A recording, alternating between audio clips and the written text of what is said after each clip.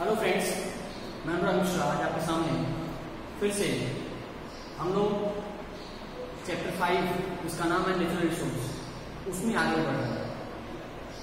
दोस्तों, मैंने आपको बताया था कि रिसोर्स का सही मतलब होता है जो हमारे काम को आसान बनाए, हमारे जीवन को और सरल और सुगम बनाए। सामान्य भाषा में समझाने के लिए कहूँ तो यदि आपको यात्रा करनी है तो आपको किसी न किसी वाहन का इस्तेमाल करना पड़ेगा। अगर कम छोटी दूरी की यात्रा है तो मोटरसाइकिल से आप जा सकते हैं। शहर में आसपास कहीं जाना हो तो साइकिल से भी जा सकते हैं। थोड़ा दूर जाना हो तो कार, बस, ट्रेन का इस्तेमाल करते हैं। और देश विदेश की यात्रा करना हो तो हवाई जहाज का इस्तेमाल करते हैं। यात्रा के लिए इस्तेमाल किए गए इन सभी चीजों को हम संसाधन कह सकते हैं, रिसोर्स कह सकते हैं, जो हमारा समय बचाएंगे, जिसने हमारा समय बचाकर हमको एक जगह से दूसरी जगह पहुंचा दिया। यानी रिसोर्स वो होता है जो हमारे काम को आसान बना, जो सरल बना। पहले की महिलाएं खाना बनाने के लिए लकड़ी का इस्तेमाल करती थी, लकड़ी को जलाकर खाना बनाती थी। आज के टाइम में खाना बनाने के लिए हम लोग एलपीजी गैस सिलेंडर का इस्तेमाल करते हैं। इमीडिएट गैस ऑन किया और गैस का इस्तेमाल करते हैं। यह हमारे जीवन को सरल बना दिया है। गर्मी, ठंडी, बरसात के लिए लकड़ी के लिए बाहर खाना बनता था, धुआं का उपयोग होता था, जिसकी स्मोक की वजह से महिलाओं को दिक्कत होती थी। अब वो सरल हो गया है, बंद कमरे में आप बैठ के उसको इस्तेमाल कर सकते हैं विदाउट एनी स्मोक। यानी हर एक चीज जो हमारे काम को आसान बनाए, हमारे काम को और ही सुगम सरल बना दे। संसाधन वह होता है जो हमारे जीवन में किसी भी काम को सरल और आसान बना दे, सुगम बना दे, इजी कर दे।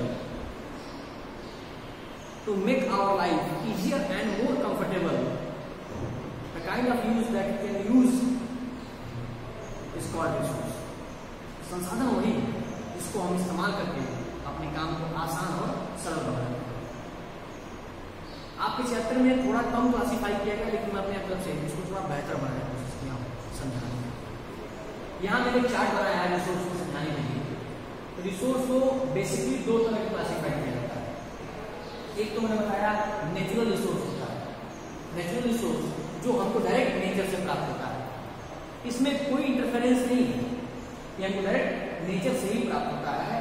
इसका उपयोग हम अपने डायरेक्टली करते हैं। जैसे हवा लेने के लिए किसी का इस्तेमाल नहीं करना है, हम सांस ले रहे हैं डायरेक्टली नेचर से। हम जमीन पे खड़े हैं, नेचर ने हमको दिया है। तो नेचुरल रिसोर्स वही होता है जिसको नेचर हमको देती है। इसको दो पार्ट्स में यहाँ डिवाइड किया गया है। पहला होता है रिन्यूएबल, दूसरा होता है नॉन रिन्यूएबल। बहुत शॉर्ट में समझाना चाहूंगा।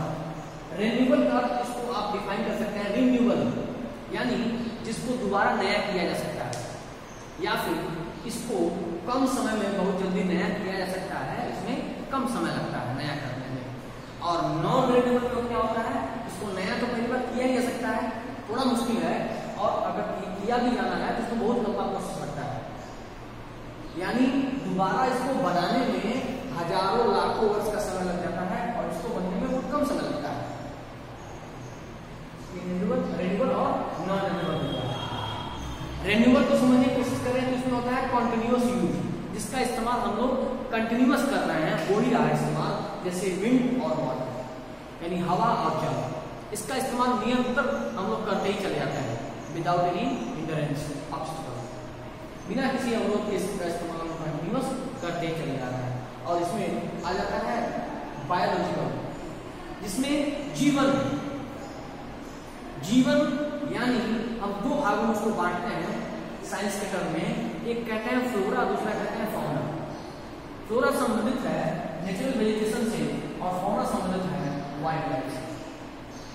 जितने भी पेड़ पौधे, घास, प्लांट, ट्री जितने भी होते हैं, श्रब जो पेड़ पौधों से संबंधित हैं, हम उनको नेचुरल वेजिटेशन कहते हैं, जो स्वतः ही उग जाते हैं। इसमें कोई इंसान का इंटरफेरेंस नहीं होता। जैसे जंगल हैं, बड़े बड़े पेड़ हैं, उनका इस्तेमाल हम लोग उगाने के लिए नहीं करते हैं, वो अपने आप नेचुरल तरीके से उग जाते हैं, नेचुरल वेजिटेशन। और वाइल्ड लाइफ जितने भी जीवधारी हैं, छोटे से छोटे जीव से लेकर चींटी से लेकर बड़े से बड़े हाथी तक, हर एक जीव, चाहे वो आप घर में पालते हैं, चाहे वो जंगल में रहता हो, चाहे वो जल में रहता हो, चाहे हवा में उड़ने वाला पक्षी, कोई भी, हर एक जीव वह वाइल्ड लाइफ है। इसको नेचर ही बनाती है, हम इसको नहीं बना सकते, इसलिए नेचुरल रिसोर्स में या नेचुरल रिसोर्स में आता है। इसमें एक आया है नॉन रिसाइकल में रिसाइकलेबल, यानी जिसको हम दोबारा साइकिल कर सकते हैं, बना सकते हैं, उसमें आता है मेटल्स। आप सभी जानते हैं प्लास्टिक हुआ, चाहे कोई मेटल है, चाहे कॉपर है, गोल्ड है, सिल्वर है, आयरन है, एल्युमिनियम है, इन सबको हम दोबारा मॉडिफाइड कर देते हैं। आप कभी भी किसी भी जंग डीलर को, किसी भी कबाड़ी वाले, किसी दुकान पे, कहीं बर्तन की दुकान पे या किसी अन्य किसी शॉप पे जाके आप जो बर्तन या किसी लोहे का को, एल्युमिनियम को, आयरन को, कॉपर को जब बेच देते हैं या सोल्ड आउट करते हैं या फिर रिप्लेस कर देते हैं, तो उसको वो ले जाके मॉडिफाइड कराता है। उसको मॉडिफाइड करके उसको या तो साफ सुथरा बना के या फिर उसको गला के फिर दोबारा नए धातु में कन्वर्ट कर देता है और फिर वापस इस्तेमाल करना है। यह पेपर के साथ भी होता है, प्लास्टिक के साथ भी ऐसे होता है।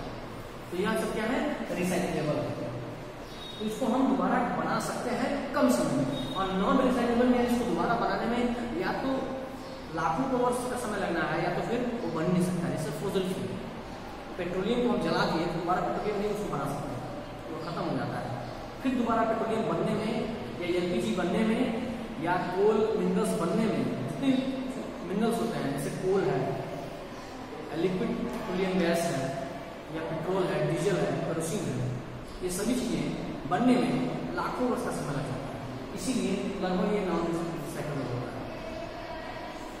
दूसरी तरफ ह्यूमन रिसोर्स की तरफ बढ़े तो इसको रिसोर्स, ह्यूमन रिसोर्स इसलिए कहा गया है, होता तो अल्टीमेटली नेचुरल रिसोर्स ही है, यानी हम नेचर के द्वारा दिए गए चीजों का इस्तेमाल करते हैं, लेकिन हम उसको मॉडिफाइड कर देते हैं। जैसे मैंने पहले अपने वीडियो में बताया था कि घर बनाने के लिए ब्रिक का इस्तेमाल होता है, सरिये का इस्तेमाल होता है, सीमेंट का इस्तेमाल होता है, रेत का इस्तेमाल होता है। इन सब में कहीं ना कहीं वह नेचर का ही दिया हुआ रूप है, बस हमने क्या किया, उसको मॉडिफाइड कर दिया है। तो एक्चुअली ह्यूमन रिसोर्स वही रिसोर्स है जो नेचर के द्वारा हमने मॉडिफाइड कर दिया है। तो हम क्या कर सकते हैं, उसको एक स्ट्रक्चर दे देते हैं, स्ट्रक्चर यानी ढांचा प्रदान कर सकते हैं, हम संस्थाएं बना सकते हैं। इसको भी दो भागों में बांटा गया है, structure and institution. Structure and institution में सामान्यतः हम कह सकते हैं मनुष्य जो है सड़क बनाता है। सड़क बनाना यह हमारी काबिलियत है, अपने बुद्धि विवेक और ज्ञान का इस्तेमाल करके, नेचर के द्वारा दी गई चीजों को इस्तेमाल करके हम सड़क बनाते हैं, हम बड़ी बड़ी इमारतें बनाते हैं, हमने स्कूल कॉलेज हॉस्पिटल्स बनाए हुए हैं, हमने उसमें से कपड़े बना लिए, उसी से और सारी चीजें बना ली।